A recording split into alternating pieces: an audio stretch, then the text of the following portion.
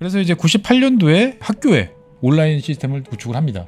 되게 빠르죠. 네. 우리랑 거의 비슷한 시기입니다. 보면은 98년에. 예. 그래서 우리도 그 수강신청 같은 걸 요때쯤에 이거보다 좀 뒤인가? 인터넷으로 막 했던 기억이 인터넷 집에서 인터넷으로 저도 학교 학교에서 전산실은 제가 91년도 91학번인데 네. 그 당시부터 했었어요. 그런가요? 예, 저희 학교 같은 경우는 90년도부터 아마 했던 걸로 알고 있어요. 그래서 그 전까지는 이제 OMR 카드 같은 걸 이렇게 써가지고 이렇게 이제 했었는데 90년도부터는 네네. 전산실에 가서 네. 단말기에 대고 이제 이렇게 했었고 제가 3학년 때인가 93년 정도부터는 집에서도 이제 그 PC 통신망 네네. 그걸 이용해가지고 이제 그랬었네요. 접속을 네. 해서 하기도 했었는데 어쨌거나 여기도 98년부터 학교에 온라인 인터넷을 깔기 시작을 했고.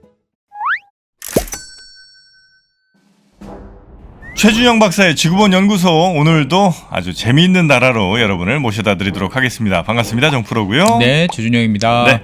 자, 오늘은 박사님과 함께 어디로 갑니까? 네, 지난 시간에 이제 발트 3국 전체적인 이야기를 한번 쭉 들었었는데 세 나라를 차근차근 소개해드리면 또 좋아하실 분도 계시겠지만 또 지겹다 또 이러실 분도 분명히 계실 것 같아서 비슷할 수 있으니까. 예. 그래서 그 중에서 우리나라 분들이 그나마 조금 많이 방문, 특히 이제 공무원 분들이 많이 가셨어요, 이 나라. 예, 제일 북쪽이라고 해야 되죠. 제일 끝에 있는 에스토니아.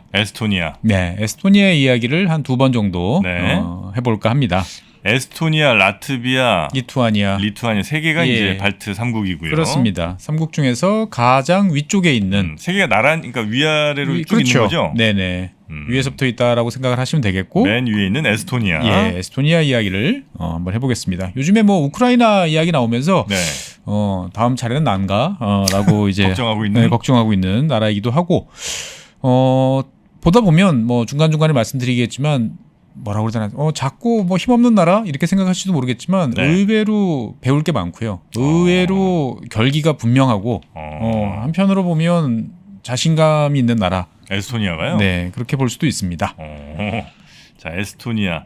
일단 뭐 기본적인 정보를 좀 몇 개 알려주시죠. 예, 뭐 아까 말씀드린 것처럼 이제 발트 3국 중에서 제일 북쪽에 있다. 제일 북쪽. 예, 그래서 남쪽에는 라트비아가 있고 동쪽에는 러시아가 있어서 지금 여러 가지로 고민이 많죠. 국경을 맞대고 있는 거죠? 그렇습니다. 네. 그리고 이제 북쪽에는 발트해를 건너서 핀란드. 그래서 바다 건너가 바로 핀란드예요. 네. 면적은 한 4만 5천 제곱킬로미터 되니까 대한민국의 절반, 좀 안 된다 정도 보시면 되겠고요. 인구는 120만 정도 돼요. 대전 정도. 역시 어디다 비교를 해야 되나 대번에다. 대전광역시가 아마 한 140만, 150만 될 것 같은데. 그러니까 인구 밀도는 별로 높지 않은 그러네요. 이제 이런 곳이라고 볼 수 있겠고요. 당연히 이제 에스토니아니까 에스토니아 민족이라고 분류되는 이분들이 제일 다수입니다. 70%인데 중간중간에 말씀드리겠지만 이 지역의 인구 구성, 에스토니아 인구 구성은 또 그 러시아인, 과거 구소련 시절부터 이 지역에 계시던 분들, 러시아인들 한 25% 있어요. 꽤 많네요. 예, 그러다 보니까 이게 상당히 좀 여러 가지 문제를 복잡하게 만드는 또 요인이기도 합니다. 그래서 에스토니아어가 당연히 이제 공용어고요.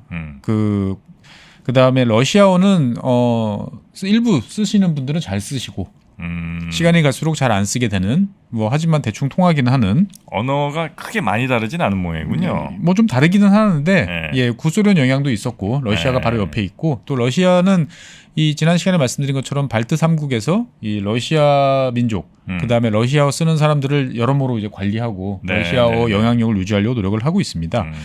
그래서 우리는 에스토니아 그러는데 정식 명칭은 이제 ST 공화국이고요. ST? 예, ST 공화국이고 에스토니아라는 명칭은 어디서 나왔느냐? 중세 라틴어에서 이제 이 동네를 이제 에스토니아라고 부르던 데서 유래돼서 지금도 대외적으로는 이제 에스토니아라고 이제 부릅니다. 그래서 국기는 바라보시면 맨 밑에 화면에 보시면 나오시겠지만 맨 아래쪽에 흰색, 그 다음에 위쪽이 검은색, 그 다음에 가장 위쪽이 청색, 파란색으로 되어 있는데 묘하게 에스토니아 사진에서 나타나는 풍경이랑 겨울 풍경이랑 좀 잘 맞아요. 그래서 이거 보고 만들었나? 뭐 이런 생각이 들 정도입니다. 보면 파란 하늘, 중간에 흰색 눈, 그렇죠. 사이에 짙은 숲. 은근히 이 싱크로가 맞아요. 그러니까 흔한 유럽에서 되게 흔한 삼색기 중에 하나라고 볼 수도 있지만 또 묘하게 생각을 또 하면 또 은근 잘 맞는다. 여기도 좀 추운 모양이군요. 그렇죠. 위도로 보면 50도가 훌쩍 넘으니까 상당히 북쪽이지만 그래도 이제 그 바닷가 주변에 있다 보니까 상대적으로 그나마 좀 온화까지는 아니고 그래도 사람이 살만한 조금 덜 추운. 예, 지역이고요. 그러면 이제 이 지역에 숲이 많냐? 예, 숲이 많아요. 전체 국토 면적의 한 절반 네. 이상이 이제 숲으로 덮여 있어요. 음. 그러면 산이 많겠구나 이렇게 생각할지 모르겠지만 그렇지는 않습니다. 산은 대부분 또 없어요. 평지예요. 아. 그러니까 이제 숲이 많으면 산이 많다. 이거는 이제 대한민국 그 분들이 갖고 있는 이제 대표적인 오류죠. 보면 네. 이 북유럽 가면 평지인데 숲이라 가지고 아. 되게 헷갈려요. 느낌이. 하긴 뭐 아마존도 뭐. 그렇죠.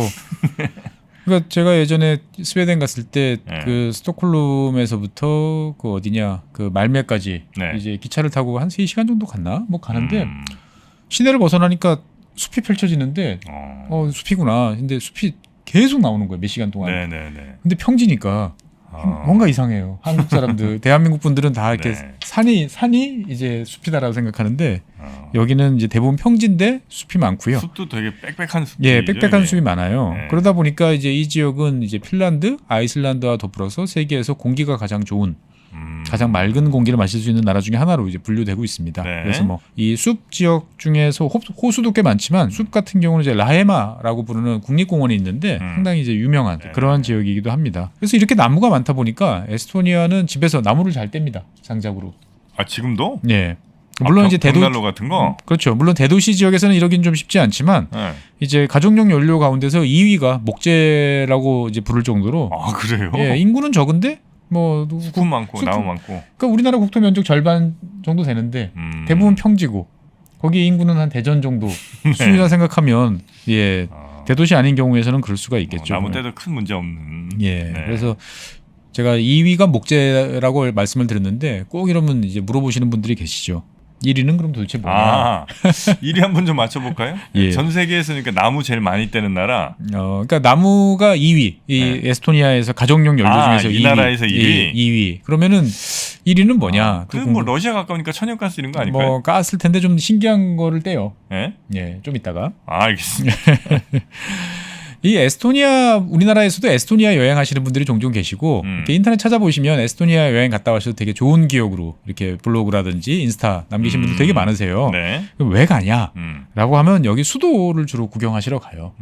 탈린입니다. 수도가. 탈린. 예, 수도가 탈린인데 바닷가에 있어요. 바닷가에 있고 전체 인구가 에스토니아 인구가 한 120만인데 이 탈린 인구가 한 40만이 좀 넘습니다. 어유 많이 사네요. 예, 그러니까 뭐 대한민국 서울에 그렇게 많이 몰려 사는 거 아니죠? 네. 예. 그래서 이 탈린이라는 지역은 되게 아름다운 도시로 유명합니다. 구시가지 전체가 네. 이제 유네스코 세계문화유산으로 이제 지정이 돼 있어요. 도시 전체가? 그러니까 도시 전체 중에서 구도심. 이제 구도심.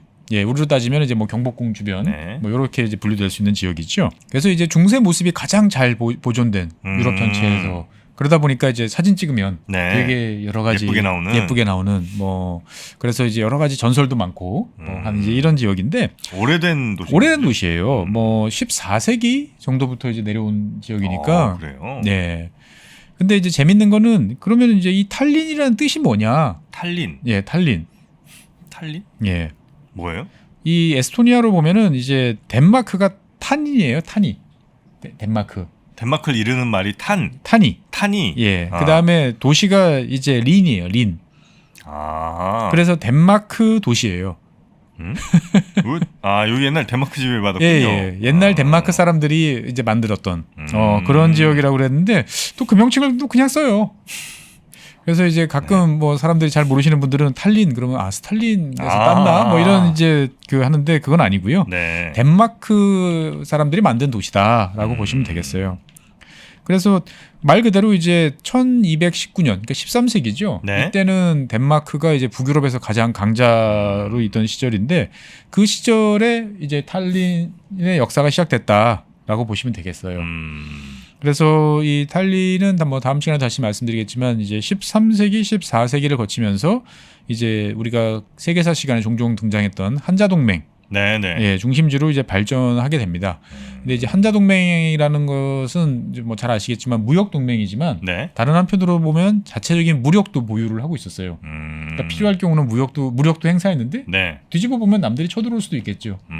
그러다 보니까 이 탈린 같은 지역은 성곽이 가장 또 잘 발달돼 있는 요새화된 네, 어떤 네. 그러한 도시이기도 합니다. 그래서 이 탈린은 뭐 14세기쯤에 이제 그 유명한 튜튼 기사단, 뭐 독일 기사단이라고 하는 여기에 이제 판매가 됩니다. 팔아요. 판매가 돼요? 예, 넘겨 돈 받고 팔아요. 도시를? 예, 도시를. 어. 아니 뭐 저기 그 프랑스가 옛날 루이지애나 미국 미국에 갖고 있다가 그것도 팔기도 했잖아요. 네네네. 팔 수도 있습니다. 그래서 튜튼 기사단에 넘어갔다가 그 다음에 스웨덴을 거쳐서 러시아가 오랫동안 이제 지배했던. 그래서 이제 중세 분위기와 플러스 뭐 러시아 이제 그 구소련 네네. 이제 분위기까지 같이 있는 이제 그러한 곳이기도 합니다. 근데 이제 이 탈린이라는 지역을 그럼 왜 가느냐? 네. 대한민국 분들이 보통은 이제 우리가 유럽 여행을 갈 때 주로 가시는 곳이 이제 서유럽 쪽이잖아요. 그렇겠죠. 근데 이제 최근 들어서는 코로나가 이제 창궐하기 전에는 북유럽 쪽으로도 많이 가셨어요. 예, 피네어 타시고 네. 이제 가장 유럽 북쪽으로 가시는 거죠. 네, 그 뭐 복지 시스템 같은 거 공부하러? 그런 것도 있고 피네어가 좀 쌌어요. 싸기도 하고. 그래요? 그 다음에 이제 그 비행 시간이 짧죠. 왜냐면은 이제 지도를 놓고 위로 보면 가면? 위로 가서 첫 번째 있는 그 유럽이 이제 핀란드쯤 되니까. 네네. 그러면 우리가 뭐 런던, 뭐 파리 이런 데까지 가는 것보다 몇 시간 빨리 도착을 하는 거죠. 네네. 그러면은 이제 헬싱키 내려서 헬싱키 좀 둘러보다가 이제 배 타고 2시간 정도 가면 탈린이에요. 예.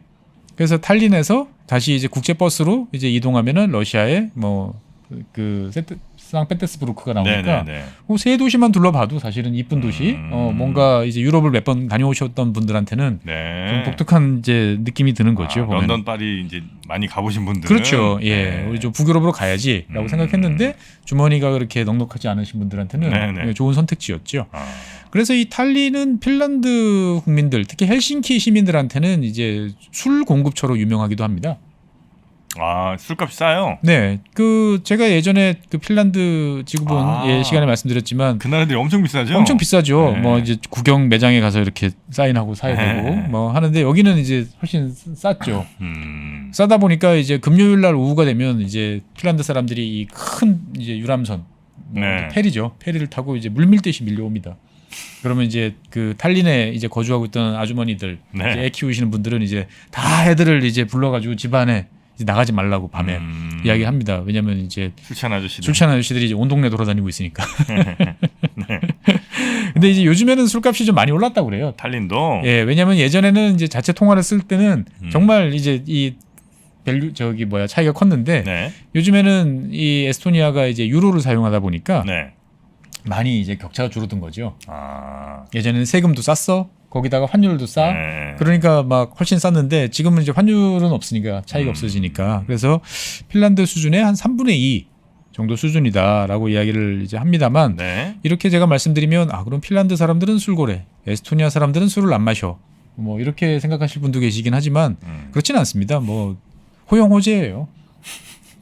추운 나라니까. 예, 뭐 핀란드 사람들이 뭐 10.4리터를 마시면 에스토니아 사람들은 10.1리터 정도 마시니까 1년에? 예.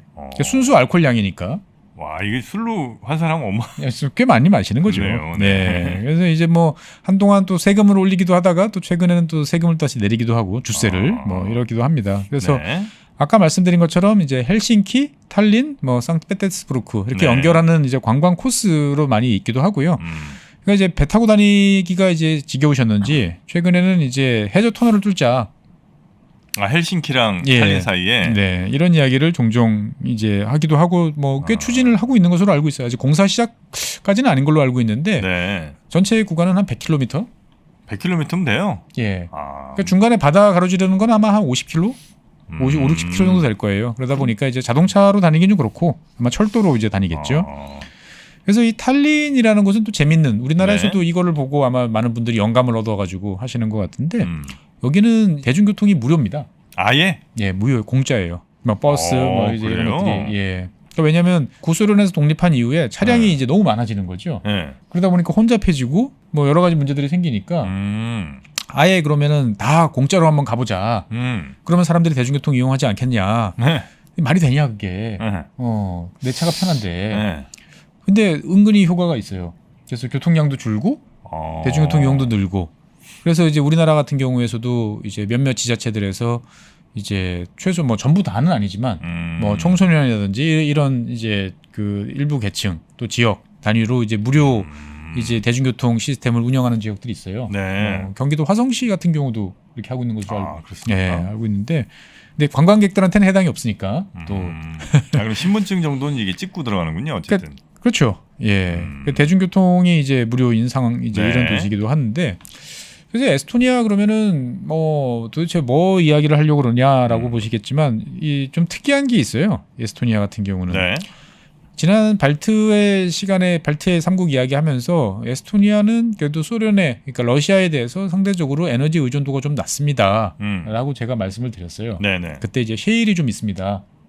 네네. 예, 했는데 이 국토 규모에 비해서는 꽤 큰 셰일층이 있어요. 그래가지고 근데 여기는 재밌는 게 뭐냐면은 우리가 네. 이제 미국 이야기하다 보면 셰일 오일 이야기 많이 하잖아요. 네. 그러면은 이제 거기는 셰일 오일이에요. 네. 그러니까 셰일층을 깨서 네. 그러면 거기서 나오는 이제 기름을 모아서 네. 가스를 모아서 쓰는 거죠. 셰일 네. 가스, 네. 셰일 오일 이렇게 그렇죠. 이야기하죠. 네. 그럼 여기는 에스토니아는 뭐냐면 오일 셰일이에요. 같은 거 아니에요? 달라요. 단어 위치만 바뀌었는데. 위치만 바뀌었는데, 그러니까 뭐냐면은 미국에서 이야기하는 셰일 오일은 셰일층을 깨서 기름을 뽑아내는 거죠. 네. 액체상의 기름, 네. 그다음에 기체상의 가스를 뽑아내는 거죠. 음. 여기는 이 기름이 묻어 있는 셰일이 그냥 이렇게 위에 나와 있는 거죠. 보면은. 그 평지에. 그렇죠. 아. 그러니까 이제 그거를 이제 퍼가지고 네. 그냥 떼면 불타는 돌이죠. 그걸 이렇게 분리를 하는 거예요, 그러면? 그러니까 그 안에서 이걸 쥐어 짜가지고 네. 석유만 쓰는 게 아니고 네. 그냥 통째로 태우는 거죠. 돌까지 같이? 같이. 그렇게도 써요? 예, 그렇게도 씁니다 보면은. 그러니까 캐나다 같은 경우, 캐나다 알버타나 이런 데 보면은 이제 알버타 맞나? 오일 샌드라고 있습니다. 네네, 오일 샌드. 오일이랑 뒤범벅되는. 네. 예, 거기도 이제 그냥 이렇게 쓰려면 써요. 근데 이제 그거를 분류를 해놨는데 여기 같은 경우는 이제 오일 쉐일을 그냥 태우기도 하고 뭐 일부 이제 석유를 추출하기도 하고 뭐 이런 식인데 그 그라프톨라이트라고 하는 이 오일 쉐일이 있고 네. 그다음에 쿠커사이트라고 하는 또 오일 쉐일이 있는데 네. 종류가 좀 다르다고 그럽니다. 네. 그라프톨리아트라고 하는 요 오일 쉐일 같은 경우는 열량이 좀 낮아가지고 경제성이 좀 낮다. 근데 그래도 이걸 다 합해 보면 한 21억 톤 정도의 석유는 뽑아낼 수 있다. 예, 라고 이야기를 하고 네. 재밌는 거는 여기에는 막 그냥 석유만 섞여 있는 게 아니고 한 500만 톤 이상의 우라늄, 예, 아연, 뭐 몰리브덴 이런 것들이 뒤범벅이 돼 있는 거예요. 그러니까 이제 잠재성이 있는 거죠. 이제 가격이 올라가면 충분히 이제 다른 용도로 활용을 할 수 있는 거고. 근데 아직까지는 현재 이 가격 가지고는 경제성 있게 추출할 수 있는 이제 이런 상황은 아닌 것 같고. 네. 이 다른 오일 쉐일 종류인 이제 쿠커사이트라고 부르는 이 종류는 경제성이 있다고 그럽니다. 네. 그래서 이 에스토니아는 국토 면적은 작지만 전 세계에 있는 오일 쉐일의 한 1.1% 정도를 차지하고 있고 유럽 대륙 전체의 오일 쉐일의 한 17% 정도를 차지하고 있다고 그래요. 네. 그래서 뭐 한 6억 5천만 톤 정도는 이제 경제성이 있는 종류로 이제 파악이 되는데 그러다 보니까 이제 이 전 세계에서 이 오일 쉐일을 이제 1차 에너지원으로 사용하는 이제 유일한 국가입니다. 다른 나라들 같은 경우는 이거를 이제 가공을 해서 네. 뭘 뽑아가지고 석유나 이런 식으로 만들어가지고 활용을 하는데 이건 그냥 놓고 태워. 이게 그럼 나무보다 많이 태운다는 그거예요? 그렇습니다. 아. 그래서 전체 에너지의 72%를 이제 오일 쉐일로 이제 감당을 합니다. 보면은. 그래서 이 뭐 맞춤형이죠. 그러니까 세계 최대 쉐일 오일, 그러니까 오일 쉐일 이제 화력 발전소도 여기 이제 에스토니아에 있을 수밖에 없는 거죠. 보면은. 네네. 근데 야 되게 좋겠다 생각이 드는데 문제는 그 아무래도 이렇게 하다 보면 온실가스도 많이 나오고. 뭐 그럴 것 같네요. 그 다음에 이제 네. 태우고 나면 이제 폐기물도 많이 나올 수밖에 없어요. 네네네. 그러다 보니까 이제 이거를 2030년까지만 이제 태우자라고 지금 해놓은 상태예요. 네네. 그래서 이제 아무래도 좀 줄어들 것 같긴 하는. 그래서 상당히 좀 재미있는 이제 면이 좀 있기도 하죠. 네, 오일 쉐일을 태운다. 예, 쉐일 오일, 오일 쉐일 네, 구별하셔야 됩니다. 가정용에서도 이걸 태운다 이거죠. 그렇죠. 집에서 이제 물론 대도시는 이제 이렇지는 않고요. 이제 지역에 그러니까, 있는. 예. 이 진짜 뭐 매연 같은 거 많이 나올 것 같은데. 많이 나올 것 느낌이. 같은데. 거의 뭐 원유 태운다는 거 아니에요? 그렇죠. 근데 그 공기는 맑은 나라입니다 보면. 네, 인구 밀도가 좀 낮다 보니까. 예. 여기 돈은 뭐 잘 법니까? 비교적 잘 사는 나라예요. 2020년 기준으로 GDP 1인당 GDP가 이제 명목 기준으로 한 23,000달러 정도 되니까 우리가 흔히 생각한 동유럽 국가들 중에는 꽤 잘 사는 잘 사는 편이네요. 나라죠. 2만 네. 달러 넘어가고 네. 잘 사는 나라고요. 그다음에 국토 규모가 작으니까 뭐 지역 격차도 별로 없으니까 그렇기도 하고 네. 그다음에 무엇보다도 이제 EU 통계를 보다 보면 에스토니아가 눈에 띄는 1등하는 게 몇 개 있는데 그 중에 하나가 대표적으로 눈에 띄는 게 이제 건전한 재정입니다. 빚이 별로 없어요. 예, 그러니까 EU 평균이 한 85% 정도 될 거예요. GDP 대비. 네. 예, 정부 부채 뭐 이런 게 이제 국가 네, 부채가 네, 네, 네. 그런데 10% 미만입니다. 한 9.5%, 9.3% 이 정도 수준이에요. 보면 10% 지금 이제 10%쯤 됐나? 우리보다도 훨씬 건전한데요? 그러니까 뭐 나라가 젊어서 그런지 아니면 인구가 적어서 그런지는 여러 가지 요인이 있겠습니다만 상당히 건전한 네, 재정 네, 건전성으로 보면은 가장 탄탄한 나라 중에 하나고 91년 이제 독립을 한 이후에 그러니까 91년 독립했으니까 이제 한 30년쯤 된 나라죠. 30년 더 됐네요. 예, 네. 30년쯤 된 나라인데 네. 뭐 경제 성장률이 높을 때는 한 10% 이상 쭉쭉 성장을 하고 그 야. 이후에도 한 4, 5% 정도 꾸준하게 성장을 이제 했던 나라죠. 뭘로 성장하나? 뒤에서 좀 이따 말씀드리겠지만 이렇게 빨리 성장할 수 있었던 요인 중에 하나는 네. 다른 이제 구소련 뭐 이제 카자흐스탄이라든지 다른 나라 또는 이제 동유럽 국가들과 달리 여기는 이제 지리적 이점이 좀 있었어요. 네. 핀란드랑 바로 바다 건너라고 말씀드렸잖아요. 음. 그러다 보니까 이제 물자기로도 좀 있었고 네. 그다음에 텔레비전, 아. 그다음에 라디오 네, 네. 이런 것들 이제 청취가 이제 가능을 했던 거죠.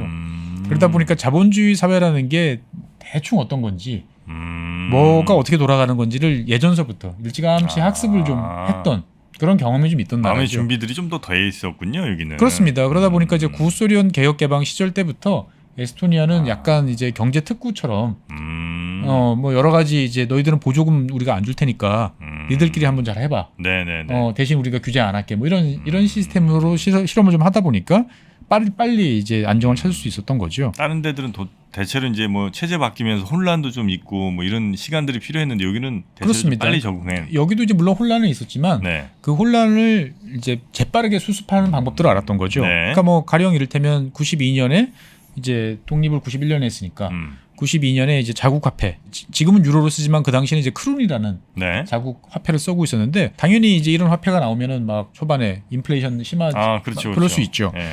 그런데 이제 초반에 92년 같은 경우는 뭐 연간 인플레이션이 뭐 1000%. 여기가 그랬어요. 여기도 그랬는데 그때 이제 과감하게 결정을 내립니다. 그 독일 마르크의 폐그를 시켜버립니다. 예, 우리가 보통 폐그제를 하면은 우리가 이제 뭐 재정 정책의 자율성이 없어진다. 네네. 이러긴 하지만 물가 잡는 데는 특효약이라고 보통 이야기를 하는데 이렇게 해가지고 순식간에 이제 안정되는 거를 딱 잡아버린 거죠. 그러니까 뭘 알았던 이제 나라입니다. 보면. 네네. 그리고 연간 무역 규모는 사실 그렇게 많지는 않아요. 뭐 수출 한 120억, 한 130억 유로, 뭐 수입 한 150억 유로, 한 20억 유로 정도 이제 약간 적자를 보는 이제 그러한 국가고 주로 이제 핀란드 옆 나라인 네. 핀란드랑 이제 교역을 많이 하는 이제 이런 나라긴 한데 그래도 이 GDP보다 무역 규모가 더 큰 예, 이런 나라입니다. 무역이 굉장히 활발한 나라군요. 그렇죠. 대외 무역 의존도가 높은 어떻게 보면 우리는 그러니까 마인드들이 좀 있어요. 네네네. 민족주의적 성향도 있지만 그래도 우리는 밖으로 나가고 특히 서쪽, 북쪽하고 잘 지내야 돼. 이런 마인드들이 있죠. 그래서 2014년부터는 이제 크림 반도 이제 러시아 강제 병합 이후부터는 다시 러시아에 대한 경계심을 높여가지고 뭐 러시아 수출 비중을 이제 대폭 낮춥니다.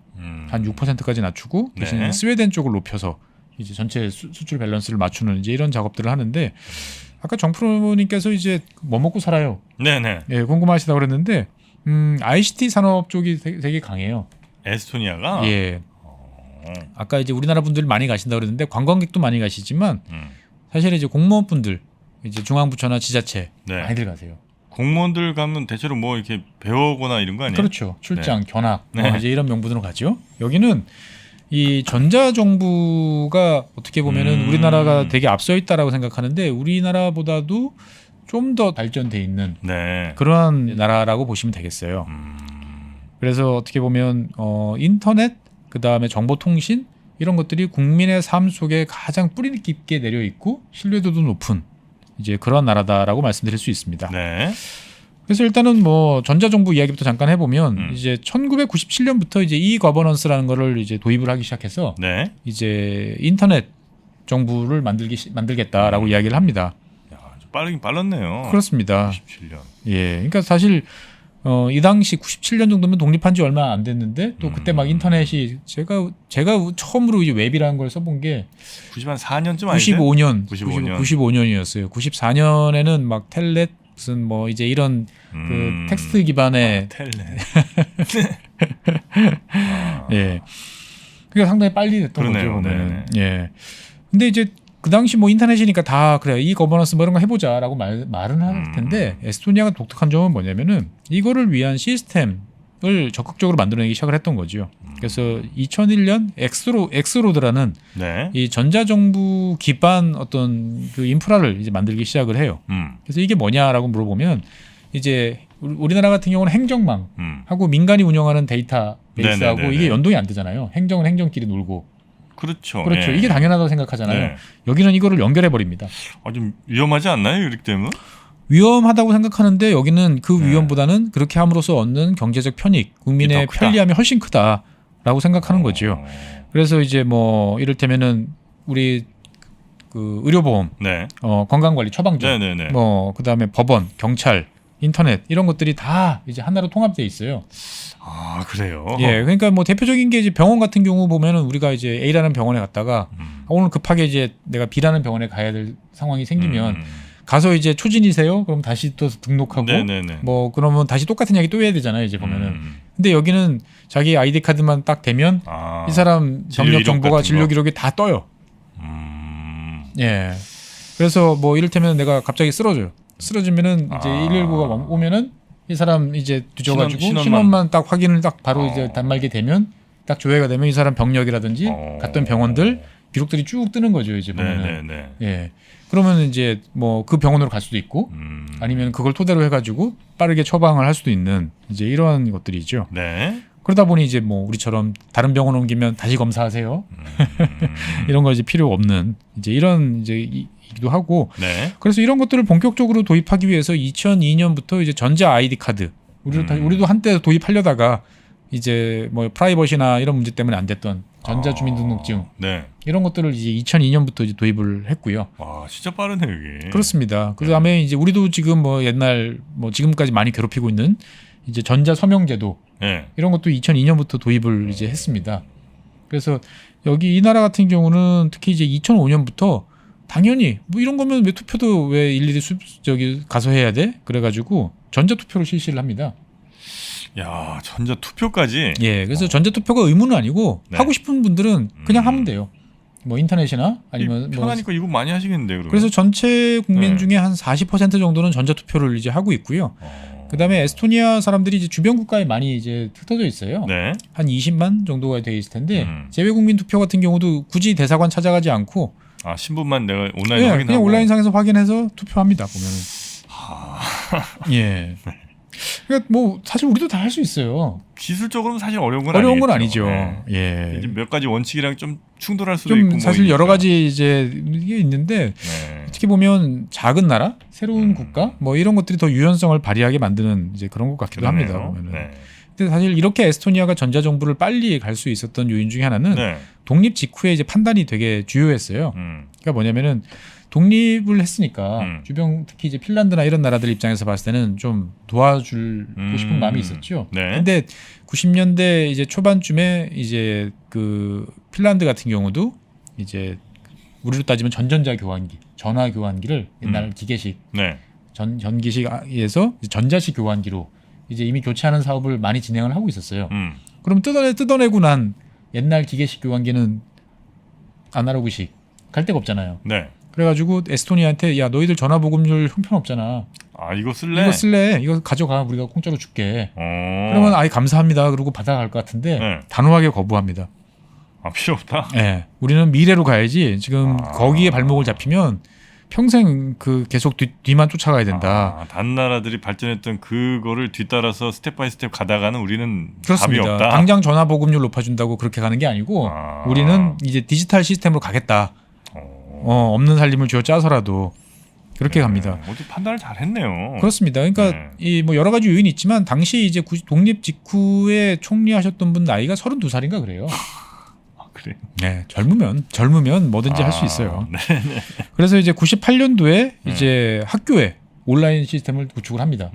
되게 빠르죠. 네. 우리랑 거의 비슷한 시기입니다. 보면은. 98년에. 예. 아. 우리도 이제 이때부터 시작했는데 여기도 이제 다 이제 했던 거고. 그래서 우리도 그 수강신청 같은 걸 요때쯤에 요거보다 좀 뒤인가? 인터넷으로 막 했던 기억이 인터넷 집에서 인터넷으로 저도 학교 학교에서 전산실은 저 이제 제가 91년도 91학번인데 네. 그 당시부터 했었어요. 아 그런가요? 예, 저희 학교 같은 경우는 90년도부터 아마 했던 걸로 알고 있어요. 아. 그래서 그 전까지는 이제 OMR 네. 카드 같은 걸 이렇게 써가지고 이렇게 이제 했었는데 아, 90년도부터는 네네. 전산실에 가서 네. 이제 그 단말기에 대고 이제 이렇게 했었고 제가 3학년 때인가 93년 정도부터는 집에서도 이제 그 PC 통신망 네네. 그걸 이용해가지고 이제 그랬었나요? 접속을 네. 해서 하기도 했었는데 어쨌거나 여기도 98년부터 학교에 온라인 인터넷을 깔기 시작을 했고 네. 그다음에 2000년 정도에는 헌법에 이제 인터넷 접속을 이제 인권으로 이제 규정합니다. 당연히 권리다. 누구나 접속할 수 있어야 된다. 그렇죠. 국가적으로 이제 해야 되는 당연히 의무가 이제 되는 거고요. 네. 그러다 보니까 이 나라가 이제 상당히 이제 빨리 당연히 이제 이렇게 앞서 나가는 나라 중에 하나인데 또 한편으로 보면 세계 1등 하는 것 중에 하나가 뭐냐면은 블록체인 활용을 어떻게 보면 세계에서 1등 비트코인보다도 더 먼저 했던 나라가 이 나라입니다. 보면 네네. 되게 뜻밖이죠 보면은. 근데 여기에는 또 사실 뼈아픈 이야기가 좀 있습니다. 네. 이렇게 이제 2000년대 초반서부터 전자정부 만들겠다 막 여러 가지 시도를 막 많이 하고 있었는데 네. 2007년에 대규모 디도스 공격이 이제 가해집니다. 네, 그래서 국가 전체 시스템이 거의 일주일 동안 이제 마비되다시피 하는 이런 일이 벌어져요. 아 그래요. 그럼 이제 누가 했냐? 네. 말은 안 하지만 다 알아요. 어디? 러시아가 했어요. 아 그래요. 네. 왜? 당시에 이제 에스토니아에서 어떤 일이 벌어졌냐면 정치적 사건이 있었어요. 에스토니아 탈린 시내에 이제 그 구소련군 시절에 이제 그 대조국 전쟁을 치렀던 이제 소련군 이제 기념 동상들이 있었는데 이걸 이제 외곽으로 이전하자. 라고 이제 해서 이걸 이전을 추진하는 과정에서 러시아계 주민들이 이제 극렬하게 이제 반대하는 이제 시위가 있었습니다. 그 동상 밖으로 빼자는데. 그렇습니다. 그래서 이제 여기에 대해서 당시 러시아 정부도 정식으로 이제 항의를 하고 네. 하는 이제 외교 분쟁으로 이제 번지는 상황이 됐었죠. 근데 뭐 에스토니아 정부는 이제 이 시위를 이제 강제로 진압을 이제 했는데 네. 그 직후에 이제 대규모 디도스 공격이 이제 가해졌어요. 그래서 뭐 에스토니아 국내뿐만 아니고 그 인접 뭐 전 세계적으로 한 100만 대 정도의 좀비 PC를 동원해서 네네. 이루어지는 이제 디도스 공격이었죠. 한 3주 정도 지속이 됐습니다. 그러니까 어떻게 보면 가장 인터넷에 발전된 나라에 대해서 어떻게 보면 겪을 수 있는 가장 이제 대규모 공격 그리고 그 후유증을 이제 겪었던 거죠. 네. 그래서 이 당시에 이제 에스토니아 정부는 야 이게 전자정부가 위험해 이거 안 되겠어라고 하는 게 아니고 네. 전자정부를 포기하는 게 아니고 전자정부를 그러면 이제부터는 어떻게 더 안전하게 지켜야 되냐를 이제 고민을 하게 되는 거죠. 그래서 이제 두 가지 방법을 이제 고안을 합니다. 네. 첫 번째는 우리 국경을 뛰어넘자. 에스토니아라는 국경 내에서만 이걸 갖다 놓으면 손바닥만한 나라에 어디 숨겨놓을 데도 없고 빤하다. 네. 그래서 해외 클라우드 서비스에 분산해서 이걸 백업 시켜놓자. 네, 그 2007년도 네네. 상당히 빠르죠. 그 다음에 당시 이론적으로만 논의되고 있던 획기적인 보안 기술을 도입을 하자. 네. 라고 해서 나왔던 게 이제 블록체인입니다. 아, 그래서 블록체인을 쓰는 거예요? 네, 그 당시 블록체인을 쓰는 거죠. 그래서 우리가 보통 블록체인 하면은 이제 등장하는 게 비트코인이고 네네네. 이제 사토시 나카모토가 이제 그 백서 네. 만들어냈던 게 2008년이니까 2007년. 빠르네. 네, 더 빠르죠. 그걸 국가 단위로 적용한 나라예요. 그래서 지금 같은 경우 보면 이제 그 전체 업무 중에서 이제 99% 우리가 민원 업무라고 하는 국가나 우리가 이제 관공서에 가서 해결해야 되는 업무들 중에 99%는 이제 다 인터넷으로 이루어지고 있어요. 근데 그 인터넷으로 이루어질 때 여러 가지 보안 문제라든지 이런 것들이 있잖아요. 보면은 야 서류랑 인터넷이랑 저기 전자랑 다를 수도 있잖아. 그럼 뭐를 믿어야 되는 거야? 뭐 이런 거에 대해서 자 블록체인을 통해서 이런 것들을 다 문제를 해결하는 거죠. 그래서 99%입니다. 그럼 1%는 뭐냐? 반드시 대면이 필요한 일들이 있어요. 아, 출생?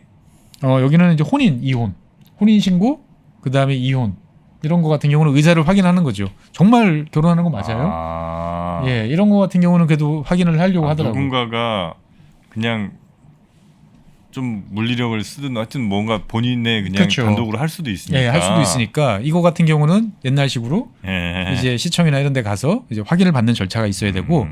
또 약간 묘한 거는 부동산 같은 경우가 네. 제외돼 있어요. 이 블록체인을 통한 인터넷 이제 시스템에서.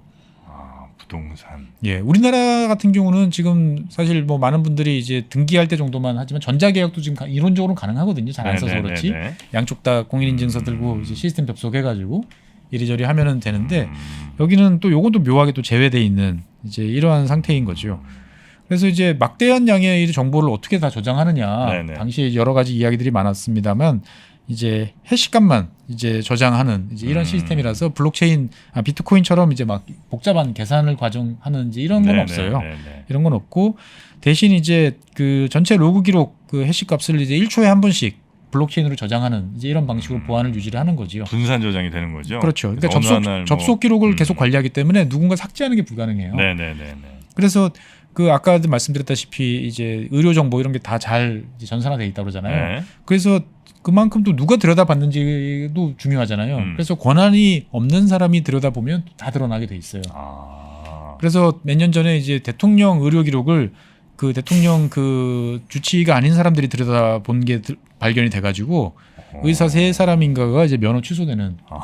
그런 일이 이제 벌어지기도 이제 네. 했던 거죠 보면은. 이런 문제점들이 있긴 있지만 하여튼 그래도 전산화하는 게 훨씬 더 이익이다라고 이제 판단한다는 거죠. 그렇죠. 그러니까 이거를 포기해서 물러나는 게 아니고 이 장점을 잘 지키기 위해서 블록체인이라는 그런 기술을 이제 도입을 했던 거고 그러면 이제 아까 클라우드라고 했는데 이따만 네. 해도 아직까지 이제 뭐 지금 아마존이라든지 음. 뭐 이런 클라우드 서비스들이 잘 활성화가 돼 있지 이제 않았던 거죠. 네네. 그래서 당시에도 사실은 이제 뭐 아마존이나 이런 쪽하고 접촉을 했던 것 같아요. 근데 이 에스토니아 정부가 요구할 만큼의 보안 수준이 아직까지는 당시에는 이제 안 되다 보니까 국외 믿을 만한 유럽 내 다른 국가에다가 백업용 시스템을 설치를 하자. 근데 여기에 대사관 지위를 부여하겠다라는 독특한 개념을 이제 갑니다. 아, 서버를 그쪽에 놓는데 거기를 대사관 개념으로? 그렇죠. 대사관이면 뭐죠? 그 나라 영토기 때문에 네. 함부로 아. 들어갈 수가 없고 취해법권 이런 또 그 권리가 있잖아요. 그냥 네네. 일반적인 데이터 센터라는 것들은 사실 그 나라의 관할권에 따라서 상당히 취약한 점들이 또 있을 수 있는데 네. 그래서 이제 룩셈부르크와 합의를 해가지고 네. 뭐 데이터 센터 개념의 데이터 대사관, 데이터 엠바시를 이제 설치를 하게 되는 거죠. 그래서 최고 뭐 티어 4 수준의 이제 최고 수준의 이제 보안을 유지하는 네. 어떻게 보면은 이제 그 데이터 센터를 갖다 놓는데 통제는 에스토니아가 당연히 하는 거고 네네. 그다음에 면책 뭐 침입 물리적 침입 불가 뭐 이런 이제 기존 대사관과 동일한 권리도 보장받는 예 이런 개념이죠. 알겠습니다. 하여튼 뭐 이런 준비를 보안과 함께 굉장히 일찍부터 준비한 예. 에스토니아. 그러니까 우리는 문제가 생기면 야 그거 그러봐 하지 마라고 네. 하는데 이 나라는 그게 아니고 야 그러면 이 문제를 극복하기 위해서 뭘 해야 되냐. 그러니까 국민들을 더 뭐 야 암호의 패스워드를 더 복잡하게 넣으세요 이런 방식이 아니고 그러면 그 문제를 좀 보다 간단하고 네네. 보다 근본적으로 해결하는 방법이 뭔지를 이제 고민하는 이제 그러한 나라이기도 하고요. 네. 최근에 이제 우리나라 분들이 이제 이 에스토니아의 인터넷상으로 이제 뭐라고 이걸 번역해야 되나? 이 레지던시를 신청하시는 분들이 좀 많이 있어요. 이 레지던시. 예. 이게 그러면 뭐냐? 그러니까 네. 어떤 분들은 이게 그러면은 뭐 전자 인터넷으로 신청하는 이제 영주권이냐? 레지던시니까. 예. 근데 영주권 개념은 아니고 네. 이 레지던시는 뭐냐면은 에스토니아에 법인을 세울 수 있는 수단이에요. 그러니까 이 레지던시를 발급받으면 네. 내가 에스토니아에 사업자 등록을 낼 수 있는 거예요. 쉽게 말하면. 음. 그러면 당장 드는 생각이 아니 뭐 그 에스토니아에 가서 내가 꼭 사업을 할 이유가 뭐야? 네. 라고 생각을 하지만 에스토니아는 어디 회원국이죠?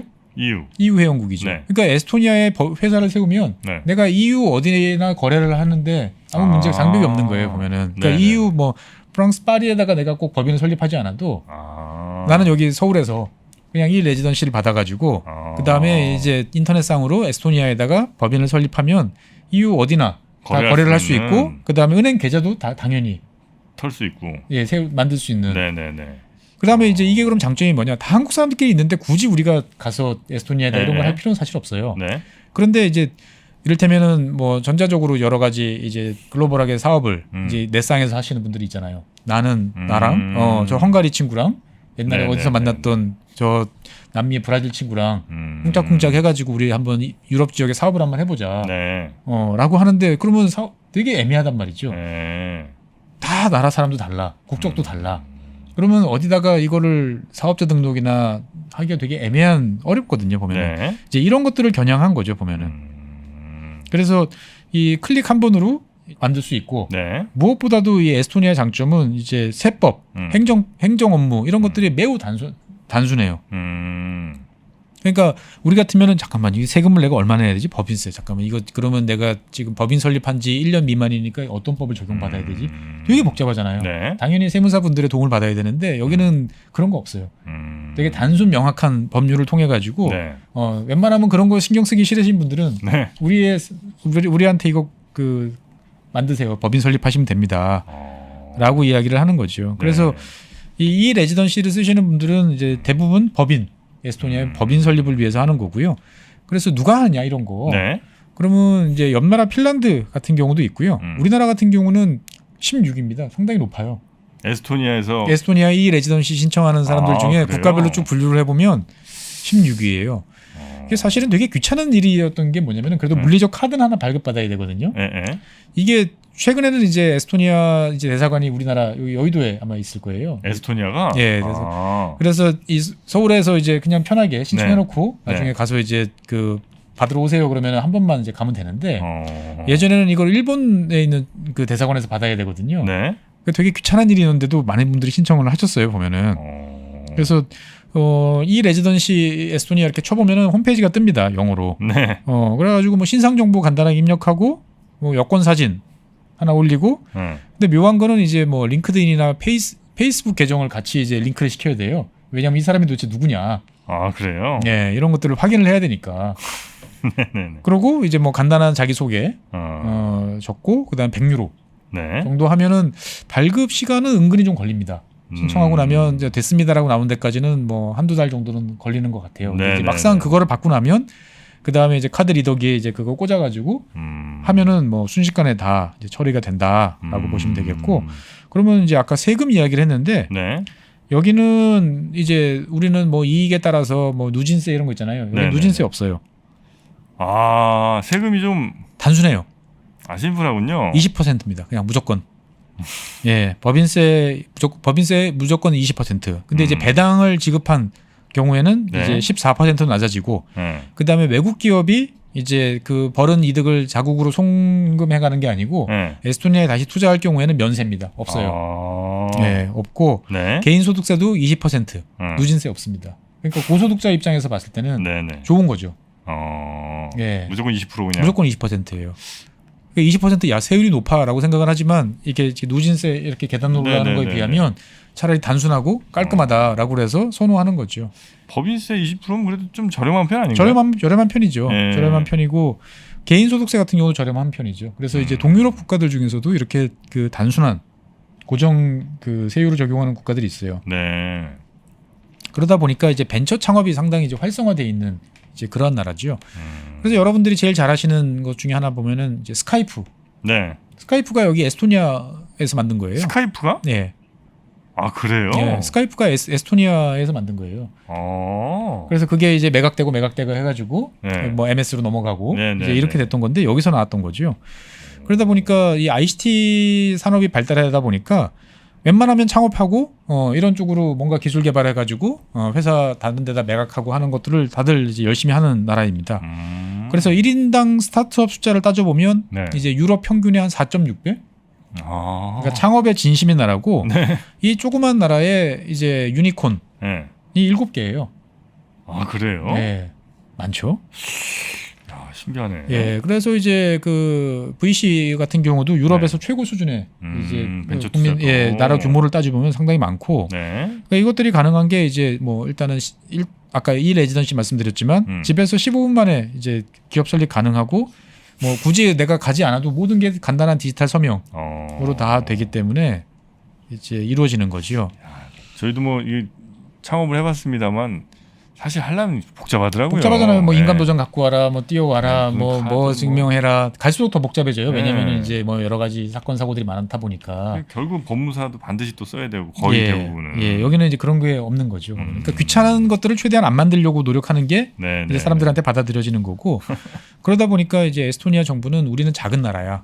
작은 나라인데 작은 나라가 규제까지 많으면 아무도 안 온다. 거들떠보지도 않는다. 어. 라고 생각을 하는 거죠. 그래서 남들보다 빠르게 가야 네. 관심도 끌고 뭔가를 해볼 수 있다라고 해서 이 세계 최초로 자율주행차가 그냥 공도에 뭐 어떤 특별한 섹터를 지정한 게 아니고 네. 그냥 돌아다닐 수 있는 자율주행 차량이 예, 2016년부터 물론 이제 많은 차량들이 막 그렇게 돌아갈 수는 없고 네. 일단 테스트로 저희 테스트합니다. 어. 라고 하면 신고만 하면 오케이. 네. 라고 하면 뭐 특별한 거 없이 돌아다닐 수 있는 그러한 나라이기도 하죠. 네, 네, 네. 그래서 이렇게 하다 보니까 이제 가급적이면은 투명하고 깨끗해야 되는 거죠. 보면. 네, 네. 그래서 전 세계에서 18번째로 뭐 투명하고 부패가 적다라는 정도로 상당히 상위권 국가다라고 보시면 되겠습니다. 네. 그래서 뭐 어떻게 보면 우리나라에서만 비즈니스를 하시는 게 아니고 난 좀 유럽이나 이런 글로벌 어떤 사업을 해보고 싶어. 외국에 있는 친구들이랑 같이 좀 해보고 싶어. 네. 라고 하면 저는 적극적으로 한번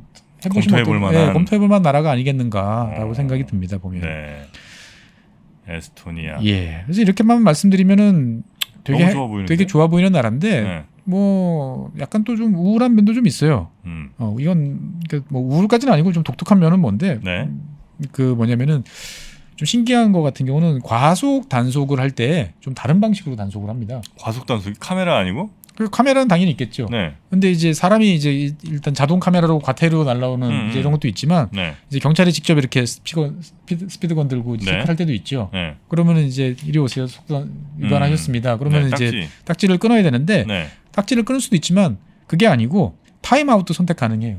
타임아웃이 뭐예요? 그 자리에서 제 앞에 서 계세요, 그냥. 위반 속도에 따라서.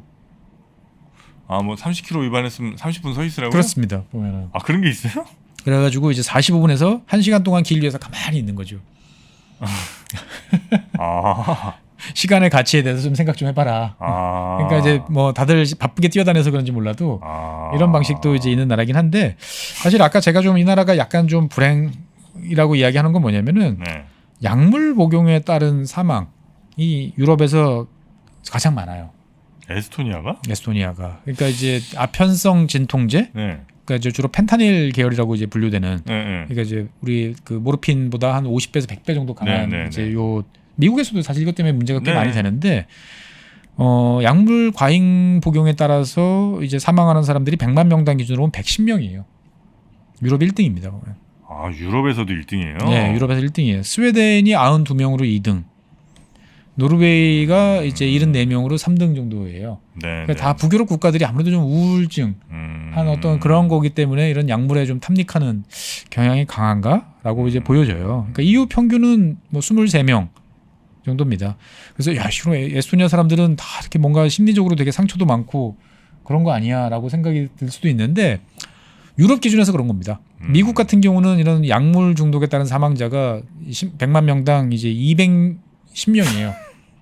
아, 미국이 훨씬 심각하군요. 그러니까 미국 절반 정도 수준이에요. 아. 그런데 이제 유럽 전체적으로 봤을 때 보면은 매우 높다. 아. 라고 보시면 되겠고 사실 이 유럽 전체에서도 지역으로 뜯어보면 네. 이제 영국 같은 경우 그러니까 영국 스코틀랜드 지역만 놓고 보면은 미국보다 더 높아요. 한 213명 정도 수준이에요. 이 약물 과잉 복용에 따른 이제 사망자가. 스코틀랜드 이렇게 높아요? 네, 높아요.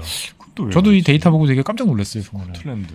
예, 거기도 이제 사실 춥고 네. 습하고 좀 약간 뭐 이런 날씨잖아요. 이제 보면은. 네. 좀 그래서 그런지는 모르겠으나 네. 예, 그래서 상당히 뜻밖이죠. 아. 그래서 어떻게 보면 되게 그 도전을 두려워하지 않고 뭔가 이렇게 최첨단에 적응하려고 노력하고 빠르게 변하는 나라인데 그 와중에 또 이렇게 약물 중독이 또 많다라는 것도 상당히 또 독특한. 변화가 혹시 스트레스신가? 변화가 스트레스인가요? 그럴 수도 있겠죠. 그럴 수도 있을 네. 것 같습니다만 좀 저희로서는 아니, 이렇게 옆에 바로 나가면 숲도 있고 맑은 공기도 마실 수 있고. 네. 자, 에스토니아 발트 3국 중에 가장 위쪽에 위치한 네. 에스토니아란 나라 오늘 개괄적인 이야기도 좀 들어봤고요. 또 생각보다 의외의 모습들 좀 많이 본 것 같은데 네. 에스토니아 한 번 정도는 더 저희가 좀 다룰 만한 게 예, 있겠죠. 뭐 발틱 3국 다 다루는 게 아니고 네. 에스토니아만 다뤄보겠다라고 했기 때문에 네. 조금 더 들어가 보도록 하겠습니다. 알겠습니다. 자, 그럼 저희는 이어진 다음 시간에 에스토니아 두 번째 이야기로 돌아오도록 하겠습니다. 함께해 주신 여러분 대단히 감사하고요. 우리 법무법인 율촌의 최준영 박사님도 고생 많으셨습니다. 네, 감사합니다.